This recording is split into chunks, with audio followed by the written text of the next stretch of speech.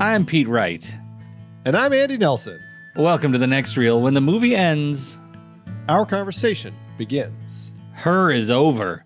You are part man and part woman. Like, there's an inner part that's woman. Chris Pratt, unsung hero of this movie, am I right?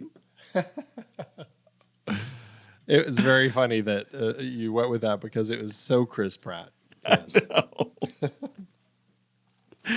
I got to come clean to you. I read your review. I read not your review, but I read your closing line first in our little rundown where you outed something that I did not expect. And you out that you never used to like this movie somehow? No, it's not that I didn't like it. It's just I never connected with it initially. And you didn't like it. You didn't like it. Explain yourself, man. I think it's weird because, I generally, Spike Jonze is somebody who I can enjoy quite a bit. This is the tone, like everything about this says this movie is made for me. Yeah. Yet when I first watched it, I was like, oh, okay, that's an interesting one. It didn't wow me. I mean, at 3 out of 5 and a heart, I still enjoyed it well enough, but I didn't love it. And then when I rewatched it, I was like, okay, I'm getting a little more, I'm clicking with it a little more. 3.5 out of 5. So, I grew in my appreciation for it. And I think, I don't know, I think every time I watch this film, including this most recent one, it's never exactly what I think it's going to be. Yeah. And, but I don't know, maybe it's just because for the purposes of our conversation today, I really kind of invested my energies into thinking about what Spike Jonze was trying to say and the themes of the story and all that I think I ended up walking away appreciating it much more than I have in the past. And so there. If that's what you were after, now you know. Yeah. No, I stand relieved. I stand relieved. I think I probably, I showed up for the technology. I stayed for the bittersweet romance in this movie. It is, we were 3 movies in now to our Thinking Machines series. We're talking about artificial intelligence in the movies, and we've watched AI impose authoritarian control in Colossus: The Forbin Project, and now it has deeply violated bodily autonomy in Demon Seed. That was weird. And now, and let's just also mention War Games for members has come out before this episode too. So there's more of a World War III, Cold War sort of vibe going on. Well, you're going really Jeremy Bearimy on me on this because we're talking about the movie. The War Games episode has already come out, and we haven't even recorded it yet. I haven't watched that movie yet. I don't know. I haven't either, but you've seen it enough as a child to know what it's about. Don't tell me you didn't watch it a billion times when you were a kid. Okay, I watched it a billion times. Watched it a billion times. Okay.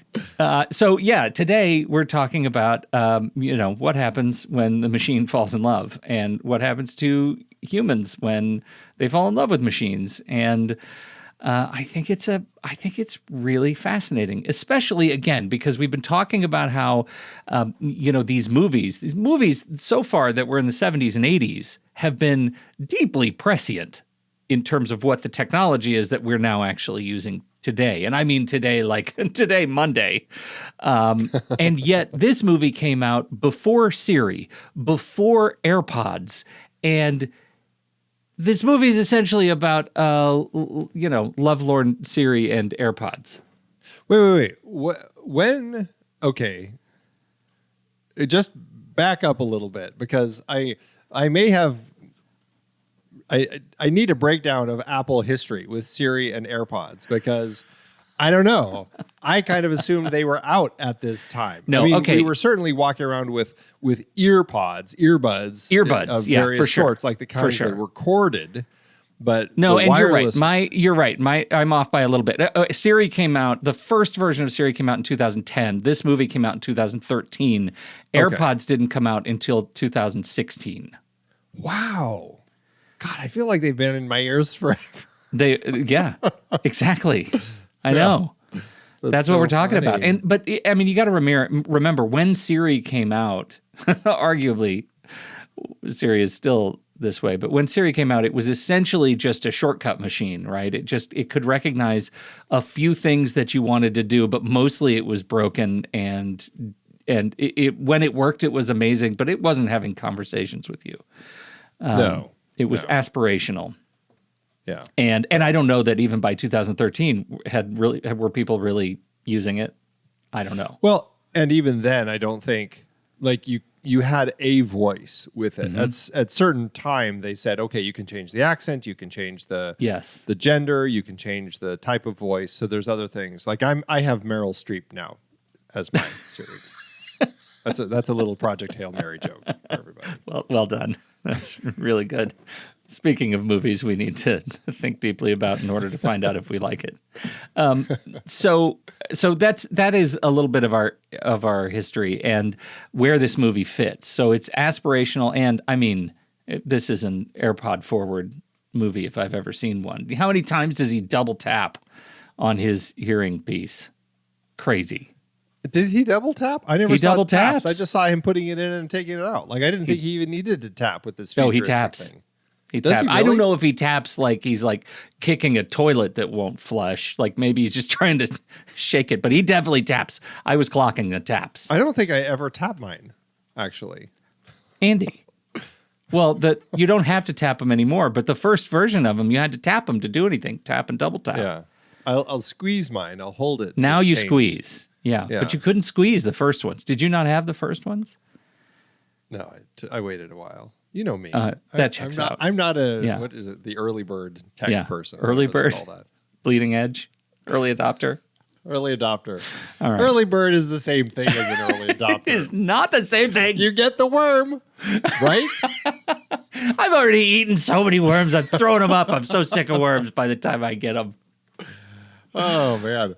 All right. Anyway. What are we talking about here? So we're talking about this movie and how prescient it was. It is very, very prescient. And it is an interesting place in this series, because it's kind of a pivot in our overall arc. Most of the movies that we talk about involve AI that we're terrified of. And this is a movie where that humanity, our representation of humanity wants is to be closer to this AI and to have a more meaningful relationship with it and figure out what that means to have a meaningful relationship with an artificial intelligence. And I think that's fascinating.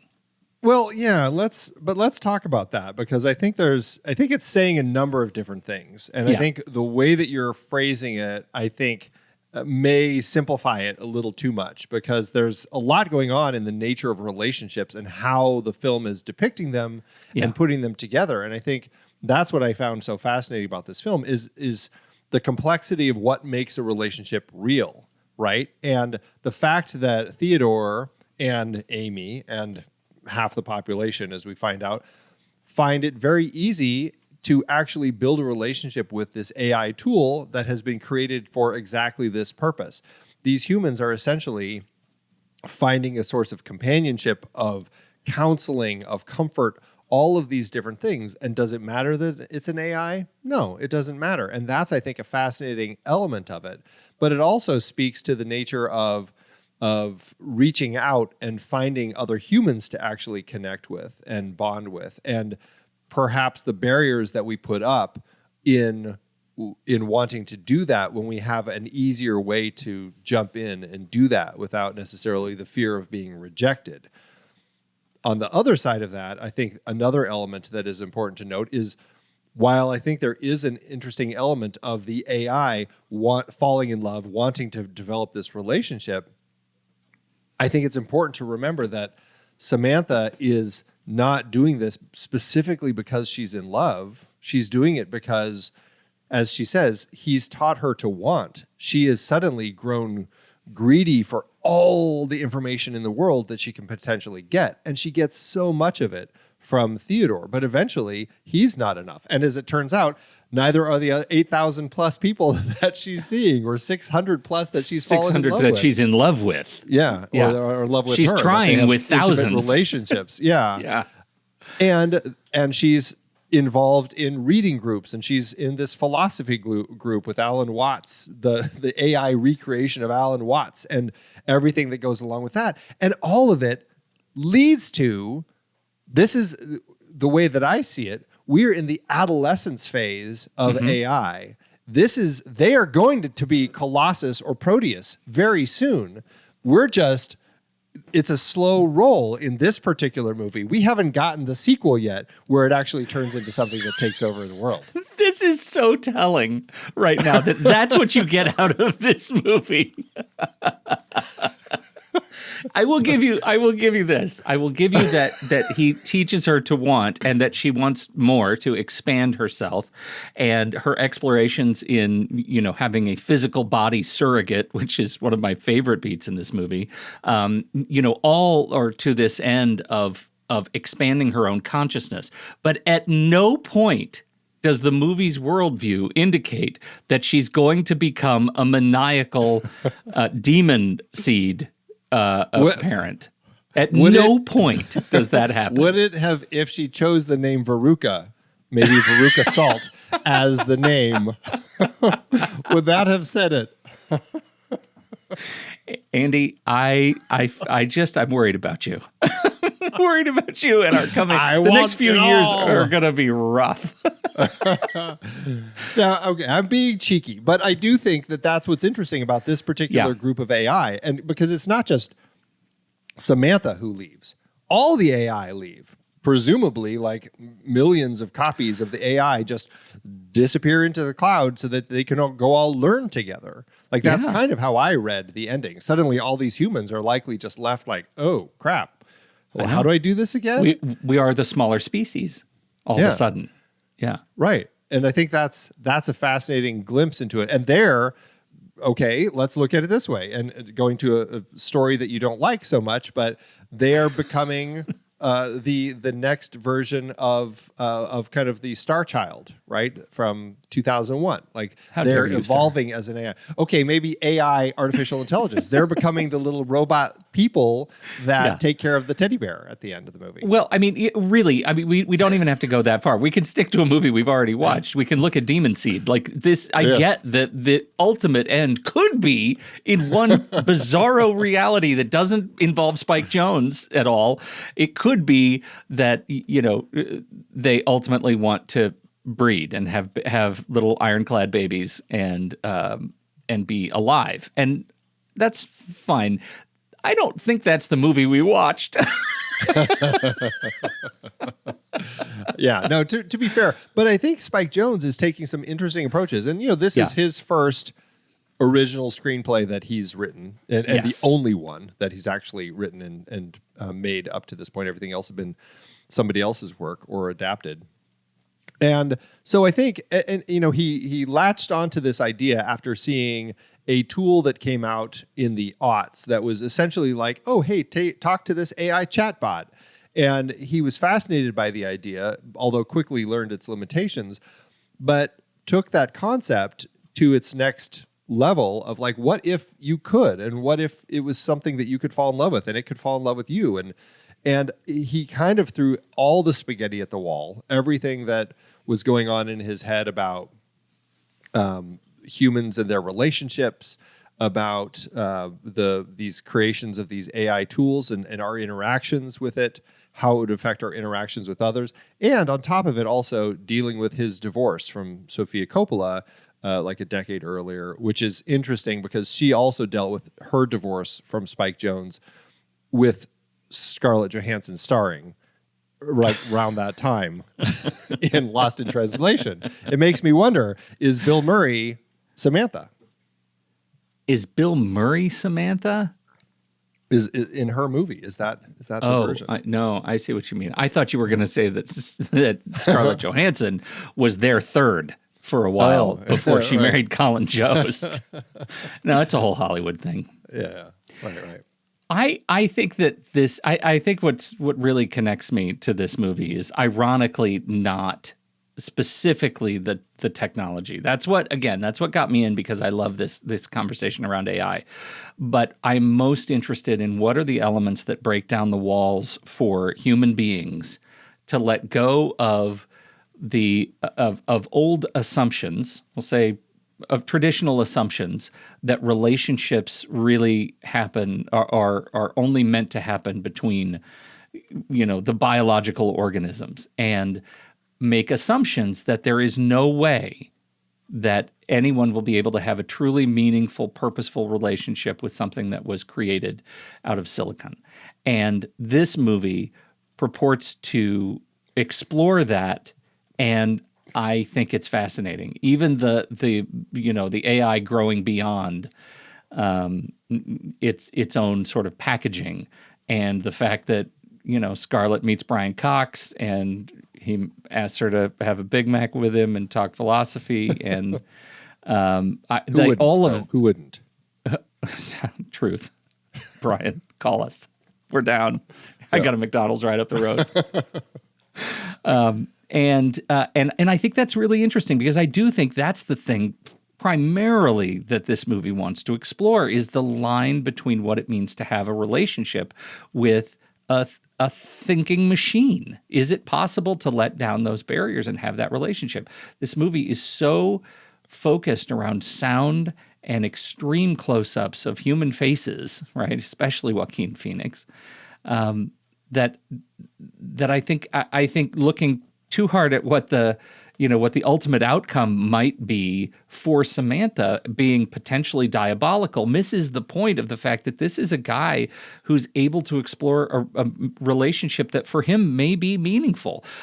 And I wonder about the ending of the film, the fact that the AI is left and he ends up with Amy's head on his shoulder. The most human relationship he's had in the entire movie takes place in the last 5 seconds. Does that undercut everything that he's experienced with Samantha? I don't know.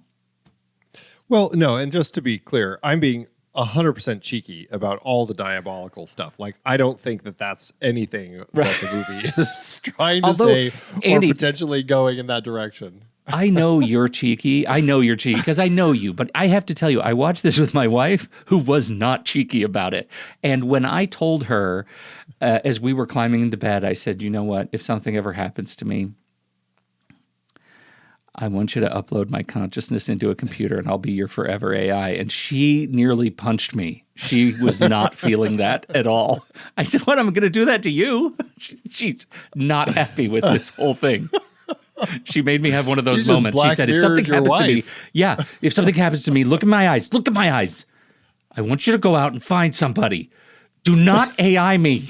Do not do it. Wow. Okay. Right? People feel feelings strongly about this issue. So, yeah, very much so. But I think that's what's, again, going back to feelings and the way that this film fascinatingly portrays them, especially we'll just specifically look at Theodore and Amy, because he is going through a divorce and he's closed himself off during the relationship, part of the reason that they broke up. And now, or his job is to create emotional intimacy for strangers. Like, that's his job, writing these letters, like getting into other people's lives and not having any emotional connections himself. So the only emotional or the only connections he has, other than like talking to the people that he is in his life, is like these sex calls that he has, like with Sexy Kitten. Like, that's essentially what he does. Likewise, Amy, her job is designing video games, creating situations for other people to actively have experiences with. And she's making a documentary where she films strangers, or her mom was sleeping, so that she doesn't have to confront people. Like, she doesn't have to ask questions or anything. It's just like the safest way to create a documentary. And it's a form of avoidance. And I think that's interesting. And so, yeah, these are two people who have to find ways to feel. He connects with Samantha. Samantha is a safe place for him. And it helps them grow. It helps him grow over the course of it. And actually, it's exactly the tool he needed to break out of his how stuck he was in getting his divorce finalized, right? Yeah. But at the same time, what is so beautiful about the way the film goes is he learns through the course of the entire film exactly what he was getting out of this relationship with Samantha. And the last letter that he actually writes is to his ex-wife. And that's the first time we actually really hear him being like emotionally centered on himself and his feelings about somebody. And I thought that was, and then, yeah, that beautiful moment of her putting her head on his shoulder at the end. Like that, the way that the film ends shows that these humans have grown and they've learned how to actually reconnect with another human being. So that's all. It means AI is good, right? Like we're okay now. It was a tool. It moved him through a difficult space. And now he's okay. Exactly. Fire up your ChatGPT, everybody. Choose the sexy voices. It does. We should say as an aside, like you can't really watch this movie if you are following any of the AI sort of development news and not know the story of Sam Altman using,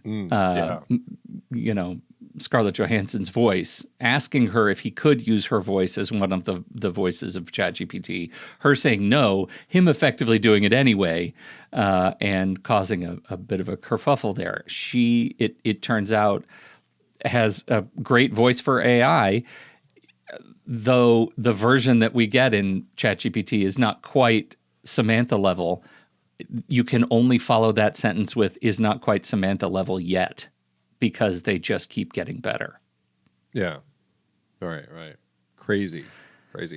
Yeah. All right. We're going to take a quick break, but first, you can find the show on YouTube and you can join us live when we record. We will even take your questions in the post-show chit-chat, and members get the replay and the extended cut. Subscribe to The Next Reel on YouTube. The link to this episode is in the show notes. We'll be right back. Okay, so he installs the OS. I would love to start with the installation of the OS. First of all, wouldn't it be great if you could just install an OS anytime you want on any system? That's not our world. But he installs the OS and Samantha boots up, and the first thing she does is tell him about his computer, his day, his email. And that was a really horny moment. Well, and also, just backing up even further, what an interesting way to actually connect him with Samantha. Like the few questions, like the system asked him like 3 questions to get a sense as to like what type of AI companion are we going to give you? And it's like, what are your feelings about your mother? And it never even lets him finish. It's like, I'm sensing hesitation in your voice. And he's like, no, it's not hesitation. I'm just trying to make sure that it's expressed properly. And it just kind of like keeps steamrolling over him. Yet to connect him to Samantha, that seemed so perfect. Like, I mean, first off, what did you think of that process and how well it did? Because it shocked me that it actually connected somebody so perfectly with him. I am constantly surprised, even today, when AI asks me questions to clarify my own perspective, and I feel like my answers are not enough, but it gives me exactly what I was looking for. I realize just how much putty I am in the hands of a great sort of mentalist, right? Yeah. Like I feel like that entire onboarding system is aged very well, because those questions have to be rooted in not just the substance of what you answer, but the style in which you answer, right? Is Samantha getting more from how he hedges his answer about his mother than the actual relationship he has with his mother? I think probably so. And that defines his personality when confronted with an emotionally difficult question for a lot of people. I was on board. I was onboarding with him, let's just say. You're right. I think that's interesting. And honestly, the way that Samantha is able to start learning about Theodore so quickly, I think taps into the fact that they probably only have, let's say, 10 models. And the 3 questions or so that they ask are enough to give you one of those base models that they have. And that base model then is able to, just with that basic like set of questions, it's able to tap into who you are in a more direct way and just keep learning and improving. So that's probably, so I don't know, maybe those questions are just bunk anyway, as they all get the same thing, Yeah. Well, I wonder, and what is it that actually is it the answer to those questions? The thing that I remark on in that first sequence, which I think is so beautifully written, is how quickly it turns from a conversation with his computer to a relationship with this AI, right? Like that's a very different thing. And it happens so fast and yet so believably. You feel Twombly getting wrapped into a conversation and he's not aware it's happening. That's what I get. Like he doesn't even know it's happening. He's certainly a willing participant. You already brought up, I mean, he had the conversation with the strangle me with the dead cat woman, kitten. Kristen Wiig. And that was like, obviously he needs some sort of connection, and so he was a willing sort of rube for the relationship with his computer, but it still happens to my eye deeply authentically. Credit to Joaquin Phoenix. I think he's just fantastic at showing us how his will can bend to his own desire for connection and the voice of Scarlett. Well, I think that was a key element of creating this character, is making it feel like this is somebody who naturally can have that type of connection with somebody on the other end of a line that they never see. And I think it's important that we never see any sort of depiction of Samantha, just like I think it's important that Theodore never sees any sort of digital depiction of Samantha. Like she's not like a Simone sort of like digital, hey, big boy, 4x4. That's not who she is. She's just a voice. Yeah. And that's easy to make a connection with because it feels like just like you're having a conversation with somebody on the other end of a phone. And I think that's really smart and deceptive, but in a way where people are willing to go along with the deception more easily. And I think that's what Theodore does. Yeah. Now, there is a thread that is never closed, and I just need to air this because I found it frustrating. When one of the things that their relationship mirrors is essentially a work relationship that turns personal. It starts with her able to read his email and schedule things for him and help him get organized. And that part of the relationship is very, very brief. Once it turns into something else, an emotional relationship, who's reading his email? Who's helping him get organized? Occasionally she says, oh, we just got a letter. Or that she packaged up all of the work that he'd been doing, writing letters for people and sent it off to a publisher on his behalf. I don't count that as her helping him stay organized. Does he need another OS in order to help him keep organized? And maybe don't make it sexy Scarlett voice, make it Chris Pratt's voice to help read your email and schedule your time. I was frustrated by that the entire time. Really? Yeah. If she can have 8,000 plus conversations at the same time she's having intimate conversations with him about personal relationships, I think she can also be doing his taxes, going through his emails, getting down to inbox 0, and proofreading his work letters. I think she can be doing all of it. I wanted to see it.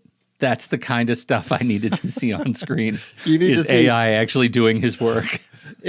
On the screen, it changes when it says, "Hi, my name is Samantha." It'll be like, it'll change to like the little maid outfit when she's doing like the housework or whatever. A maid outfit, Andy. You made it weird just now. He's having phone sex with sexy kitten. I don't think I'm making it that weird for a Spike Jonze movie. Okay. I'm just saying I needed a little bit more. Cat. It was so awful. I needed a little bit more administrative porn in my her. I needed a little bit more show the AI how he could be productive. That's telling about me. From you. Yeah. Yeah. Okay. I give up. Let's see. Oh, another specific sort of tentpole moment about how the movie's ideology about the relationship with AI.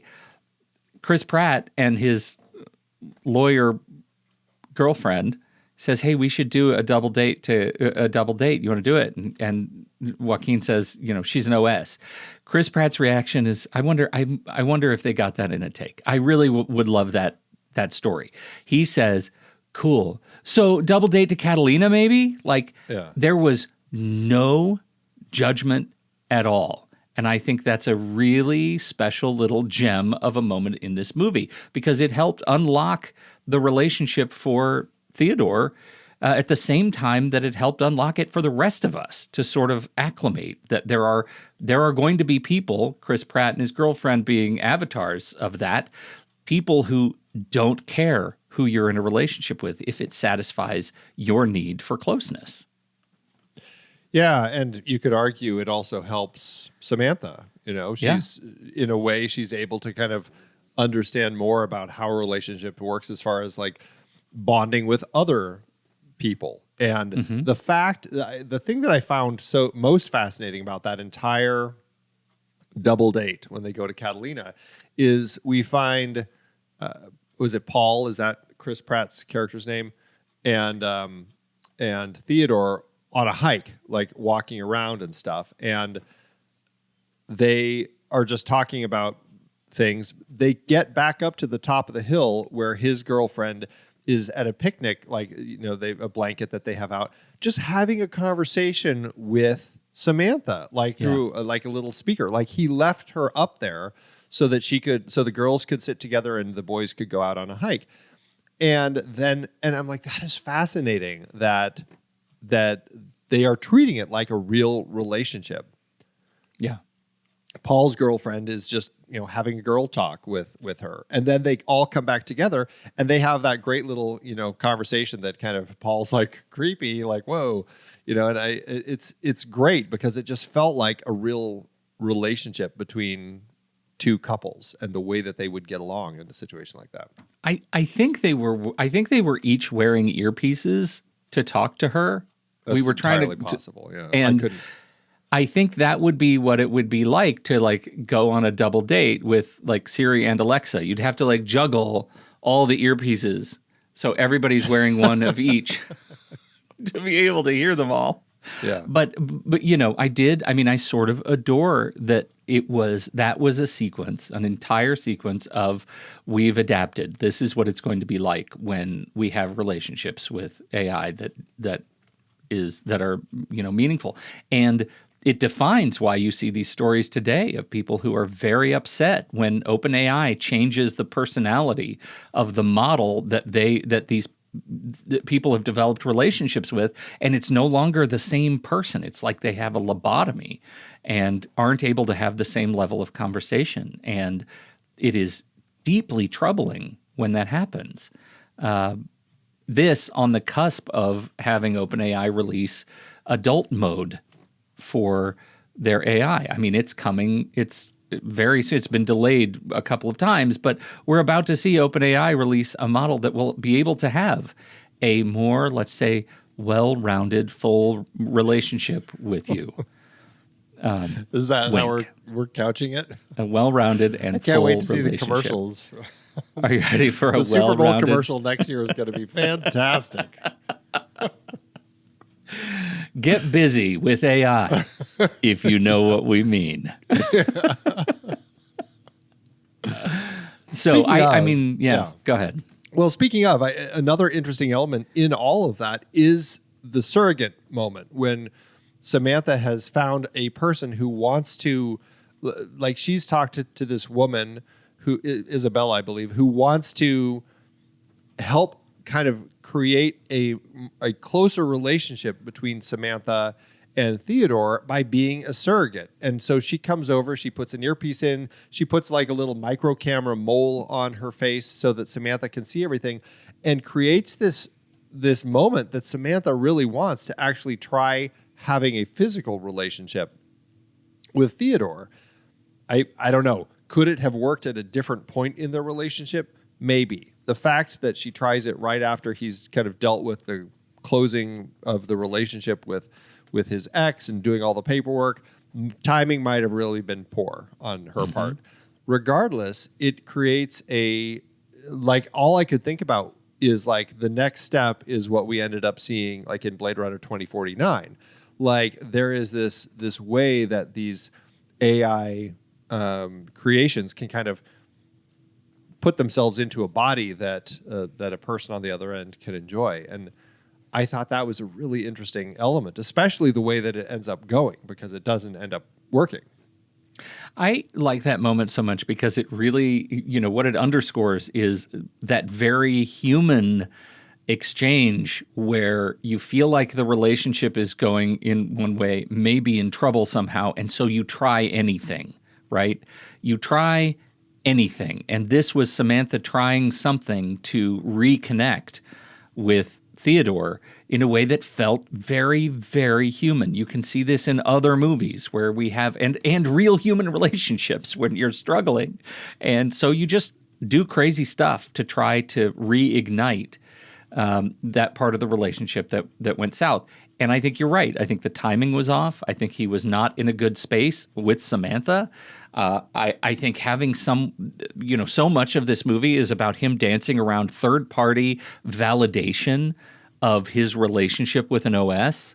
And we do that to each other, right? I mean, we dance around our feelings of our friends' relationships, right? How many times have you thought, oh, they got married.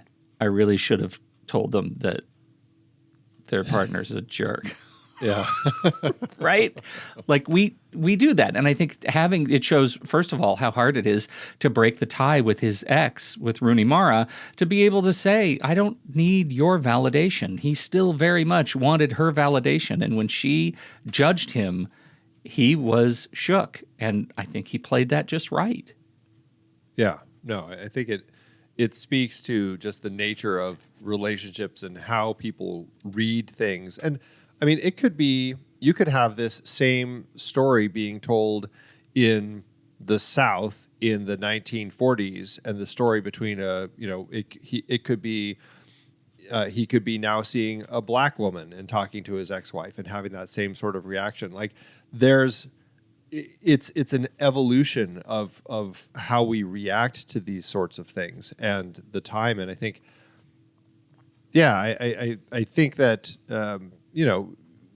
we're going to always see, I think it's going to be hard to get past the idea of seeing a relationship with an AI or an OS as something serious. Like I legitimately think like this idea, like with the development as you're talking about with like ChatGPT and the adult model and all this sort of stuff, are we going to be that far off from people like trying to create laws where they can marry their OS?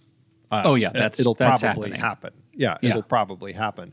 And there will always be, a complicated element of that. And whether it's right or not, who's to say? But the point of it is, and going back to really kind of for me, the crux of this film is the idea of, and Amy actually says it, and I don't remember her exact line, but the whole idea of love is weird. Like love is a mess. Like anyone who falls in love is just like, it's just such a weird thing to do. So but we all do it. And I think that idea, is key because it speaks to how important the idea of relationships is. And again, what we as the humans can get out of them.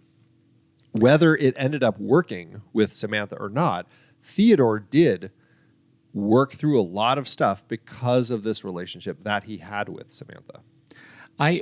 2 points, because you're right on. First of all, real-time research, Ohio, Virginia, Wisconsin. Here's the Ohio law that has been proposed, not yet voted on.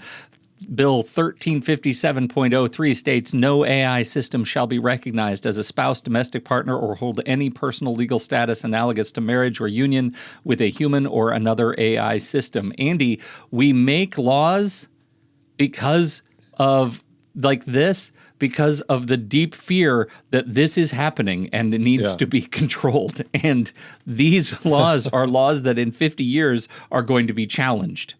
I guarantee it, if not sooner. Second, I had this conversation with a therapist and friend of the show who we were talking about AI, and his take as a psychotherapist is, look, I don't have enough bandwidth to help all the people who need help right now. And I know because of my membership in the national conversation around psychotherapy that we don't as a nation have enough bandwidth to help the people who need help right now. So who am I to say that if we have a tool, an AI tool, where people who need help immediately can talk to them and can feel them and hear them and understand them and give them some sort of solace, that that's a bad thing? Who am I to say that? The truth is, it would be fantastic if we had a growing approach to helping people with AI through their relationships, through divorces, through things, because it's a year before they can get an appointment with me. And that is a horrible tragedy in this country. And the first thing I'm hearing as I say that are the people who say AI doesn't feel. And my response to that is, who cares? If I feel, who cares if the AI feels? I'm not interested in what the AI feels. I'm interested in the synapses that are firing for me to feel taken care of, whether or not the AI does. If I believe it, then it may help.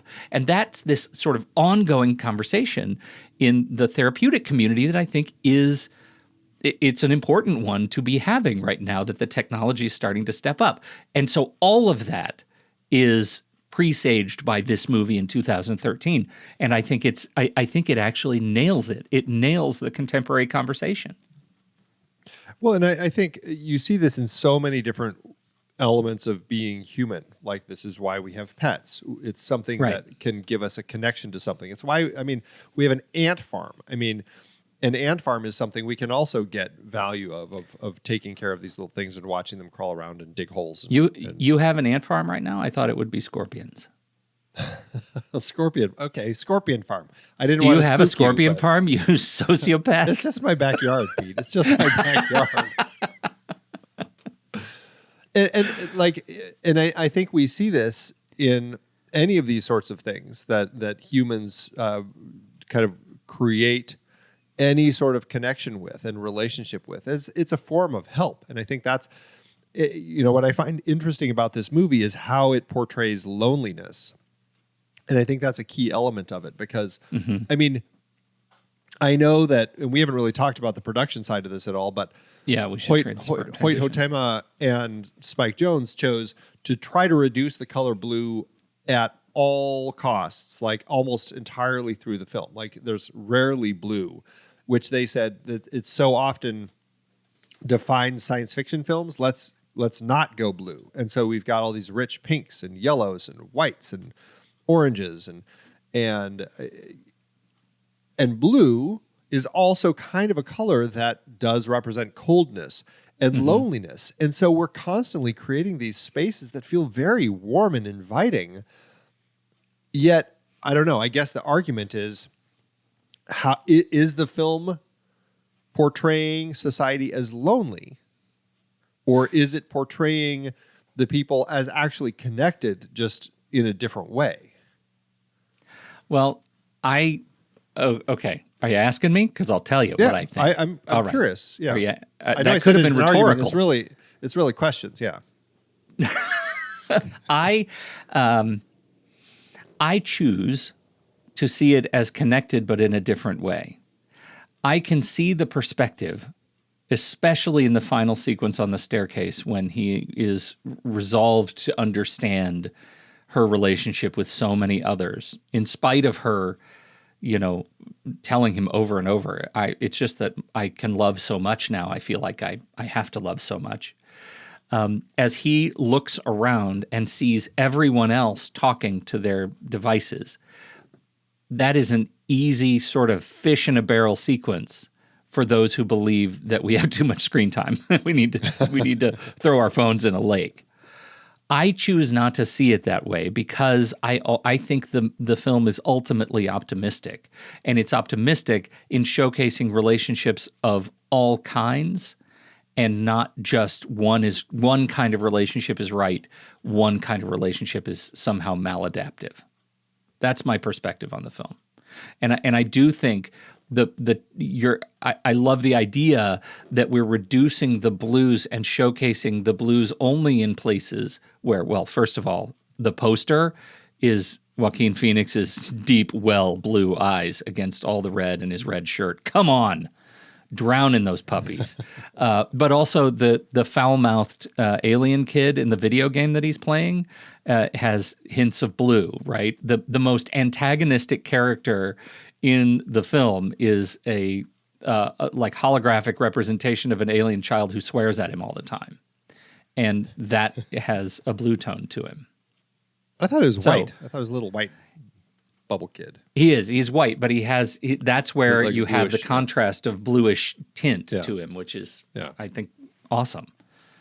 Well, and just a note, as a side note, Joaquin Phoenix's eyes are naturally green, so the fact that they change them, at least for the poster. I don't think I would have noticed if they changed them throughout the entire film, although it'd be quite a bit of work. But still, like, I think that's interesting that they specifically changed that for the poster to pop the blue. Do you know what? You're right. I just blew up the poster and they are green, but oh, okay. Well, you're right. when it's small, it looks blue against the red, but when you look at it, you can see where the green is, and they showcase that green as a contrasting color to everything else going on in the movie. It's incredible. Well, regardless, I think the point still stands that the idea of the way that they choose to use the colors to kind of like create this world that I guess you could say is full of warmth and connection. It's just a different kind. And I think that's what's so fascinating about the movie is, you could still argue they're doing these jobs, they're putting up walls between them and real relationships by writing these letters to other people, by creating games for other people to have these experiences. And I already talked about all this, but just that they are creating these walls, but they're still creating relationships. And it's a really interesting way to depict ostensibly a future that's not too many steps ahead. Yeah. Generally, the production design, I mean, you talk about Hoytema, love the camera, love the blues. What do you think about the choices around location? Future Los Angeles is Shanghai. And Los Angeles. It's both of them. But yeah, I think it's fascinating. And I want to just, I mean, we already talked about some of the like stuff with costumes, but costume and production design, I think, are just so key in the design of this. Finding buildings that don't look like what I think of when I think of a film that takes place in LA or Shanghai, for that matter. Like, all of the different locations that they choose just create this space that I don't recognize. And I think that's what's so brilliant about it, because it just feels like they said, okay, we need something that looks slightly futuristic, slightly cooler, a little more interesting, and then we'll find a way to shoot it so it just looks foreign. Yeah. As in not foreign, like outside of the country, but just something we don't recognize. And I think they did a spectacular job, because never am I like, there are a few times where I'm like, is that something that's in downtown LA that I feel like I've seen before or not? And I can never quite pinpoint it. And I just think it's incredibly smart the way that they shot it. Like, I love it so much. Yeah, me too. It feels so foreign and so at home at the same time. There are some real vibes of when you see, I go back to Planet of the Apes, right? Having a real Dr. Zaius moment where there are these buildings that exist that were run and gun, shooting locations that are real, and yet somehow in the context of that film look futuristic. That's what I get out of this. All of these locations feel so good. You bring up costume design, and I mean, really important to the feeling of future, and yet making everything feel so grounded. The worst thing, the thing that took me out of the movie the most was the real high inseam, high-waisted pants. I don't think I could, I don't know that it'd be worth, dressing if I had to wear those kinds of pants. But everything else, like the just no collar, just the way they were able to make the fabrics feel lived in and futuristic at the same time, right? The close-ups on Phoenix, where his future shirts and jackets looked pilled, like they'd been washed a few too many times, right? Like it all felt so lived in, which sometimes you don't get in these science fiction films. They feel very pressed and clean and hard edged. This feels soft. Well, not only that, but they talk about it too. And you don't think, weirdly, you don't think about that often in sci-fi films because their outfits are designed to be science fiction-y, futuristic sort of things, to the point where nobody talks about it because fashion is suddenly not a thing in the future anymore. It's just like now we wear all these crazy outfits and nobody needs to bring up the fact that we look awesome because it's just because suddenly there isn't fashion. And here we have these great moments where I can't remember the line that he has with Paul, but I love it when he compliments Paul on his shirt and Paul is like, "Oh yeah, it reminds me of this guy who is really suave." And then Theodore's response, "Well, now it reminds me of a guy who's really suave," whatever the line is. But we're actually getting compliments on outfits and stuff. And it's not like it's a great shirt or anything, but in the future, this future world, they're still allowed to talk about that. I think that's fascinating. Yeah, I think so too. I think it is really just a lovely package of a universe that feels lived in and homey and welcoming and round and also great AI. Yeah, I'm curious. I guess he was having trouble cutting the movie down, and so his initial version of it was pushing 2.5, 3 hours, something like that. And Steven Soderbergh actually stepped in and helped him. He delivered a cut that was less than 90 minutes. And while he, Spike Jonze added some material back into it, it actually was the thing that he needed to realize, I don't need to include these subplots and stuff. I guess there was a whole deeper subplot about the documentary that she's making, including Chris Cooper as one of the subjects. Which I love. Chris Cooper, one of the people that we don't get to talk about in this movie. The other big one is Samantha Morton, of course. Okay, so let's at least litigate the Samantha Morton story. Yeah.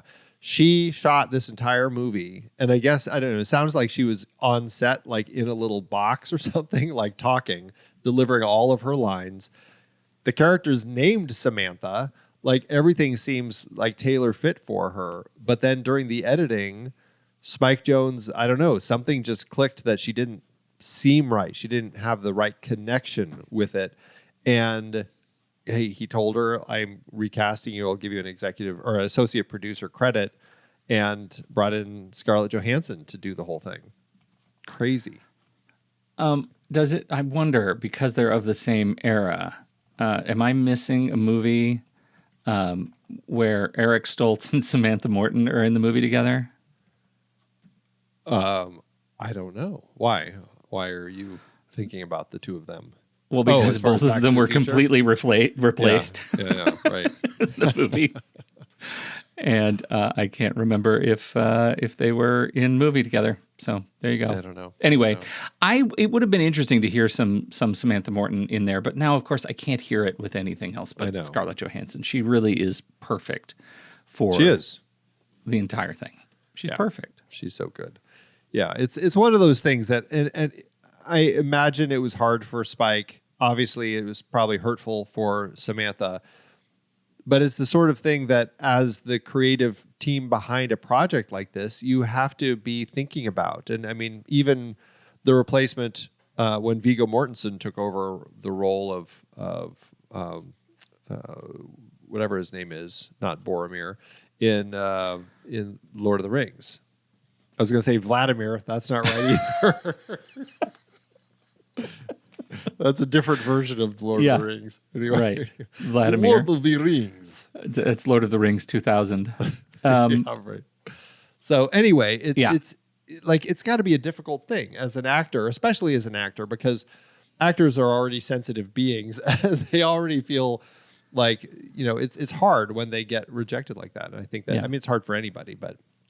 Well, and she's been imagine, nothing but gracious, right? Everything she's talked about was like, Scarlett was great, and Scarlett was super gracious. It feels like actors are sensitive, but I think the best ones get it when this happens, and that they are sadly, you strive, I guess, for that role where you are not fungible, but they are largely fungible. Yeah. So, still, it's a great movie, and like you said, Scarlett Johansson owns the role. So good. For sure. All right, well, let's move into the back half, but first, let's take a quick break. The Next Reel is a production of True Story FM, engineering by Andy Nelson, music by Tza Bhutan, Marshall McFerrin, Oriel Novella, and Eli Catlin. Andy usually finds all the stats for the awards and numbers at the-numbers.com, boxofficemojo.com, imdb.com, and wikipedia.org.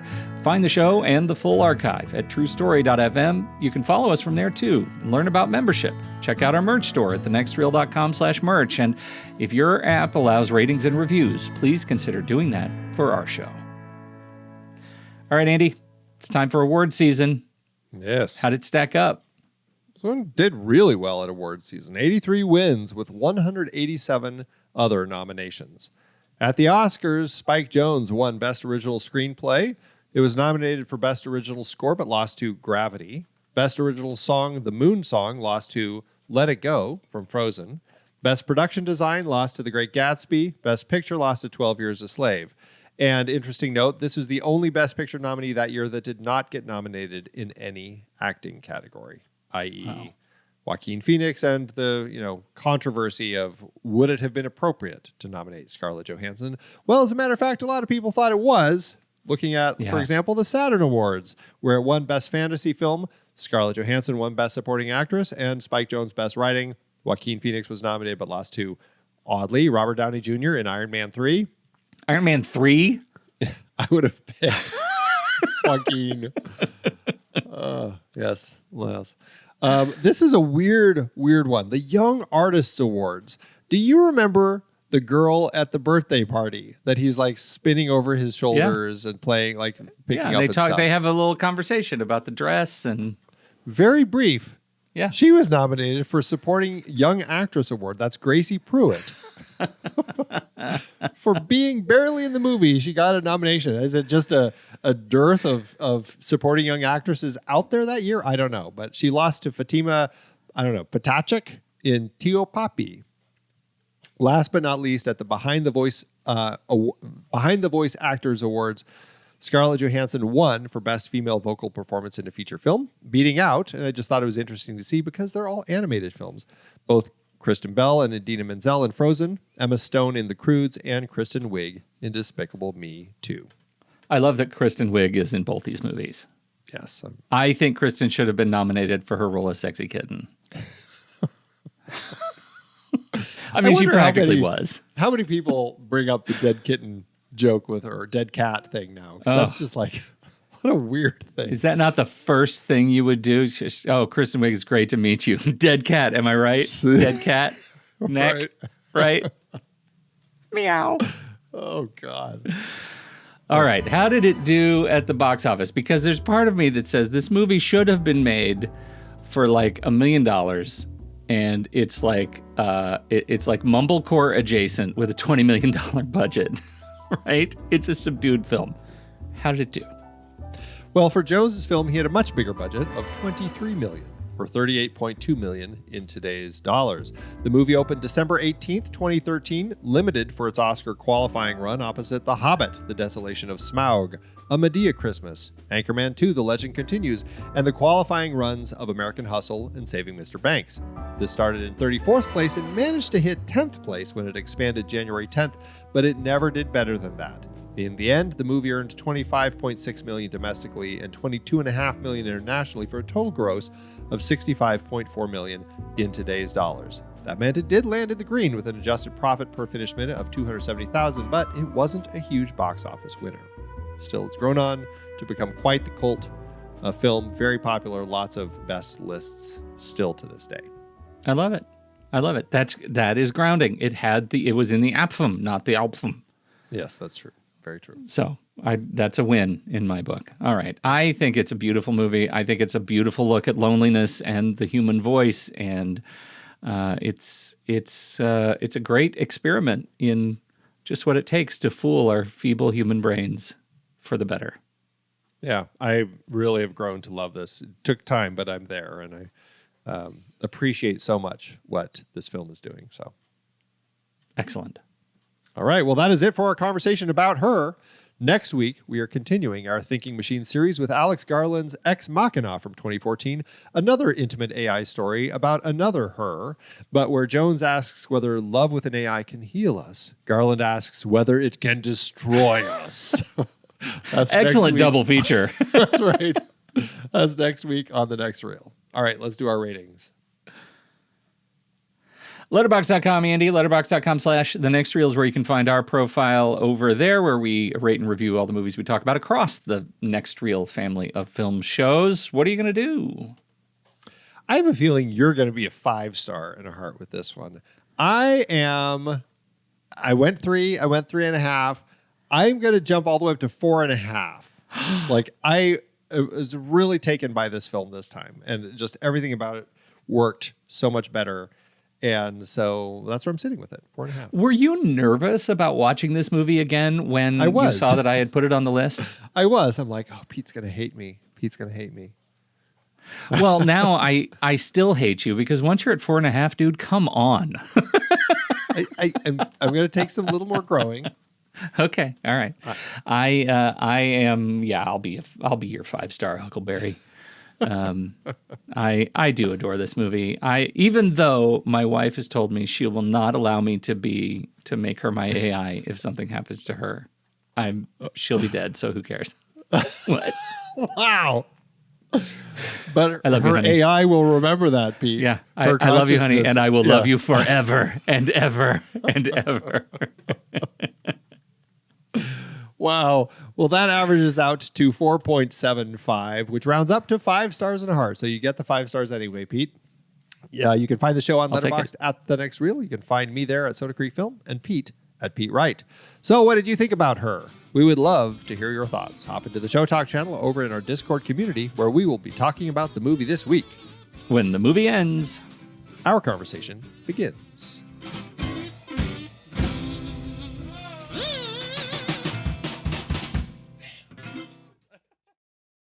Letterboxd giveth, Andrew. As Letterboxd always doeth. All right. How would you stack these reviews? I mean, they're both 5-star and a heart reviews if we're rating reviews. And they're very popular also. Yeah, very popular. Yeah. Not the most, but they are way up there. I think we should do our 5-star and a heart from Tiago Costa first because it brings up things we didn't talk about. Yeah. The biggest achievement of Her is that it makes you feel sorry for a guy who has dated Rooney Mara, Olivia Wilde, Amy Adams, and Scarlett Johansson's voice. That review reminds me that it's very grounding. It reminds me that people like Rooney Mara, Olivia Wilde, Amy Adams, and Scarlett Johansson's voice, and people like you and me, just that beautiful people can also be broken in their own special way. What do you got? Very true. Very true. I've got a 2.5 by Penny who says this.